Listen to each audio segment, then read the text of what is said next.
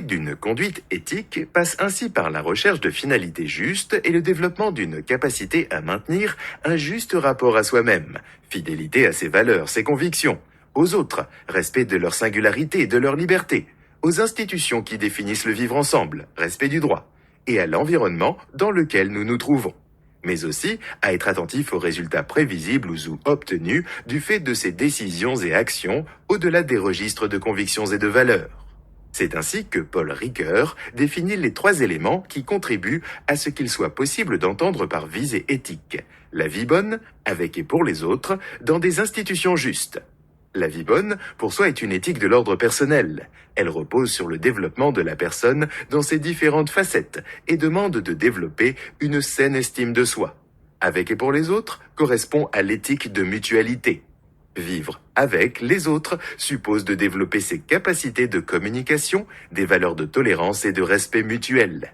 C'est dans la rencontre de cet autre qui renvoie à sa propre réflexivité et qui permet que le soi s'aperçoit lui-même comme un autre parmi les autres. Dans des institutions justes, il s'agit ici d'éthique de l'ordre sociétal.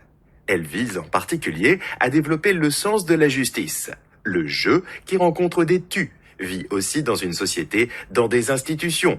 C'est le « il » symbolisant cet espace collectif qui se dote de lois, de règles qui régissent cette vie collective pour qu'elle soit juste et humaine.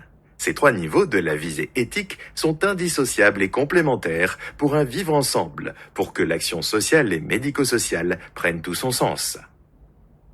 Ce souci éthique passe par le développement d'une capacité à maintenir un juste rapport à soi-même, fidélité à ses valeurs, ses convictions, aux autres, respect de leur singularité, de leur liberté, aux institutions qui définissent le vivre ensemble, respect du droit, et à l'environnement dans lequel nous nous trouvons à l'heure où nous devons faire face à des enjeux planétaires, climatiques et écologiques. Pour autant, poursuivre la visée d'une vie bonne ne suffit pas si elle se mue en nouveaux dogmes sans que ne soient prises en compte les caractéristiques des situations. C'est en ce sens qu'éthique et responsabilité sont intimement mêlées.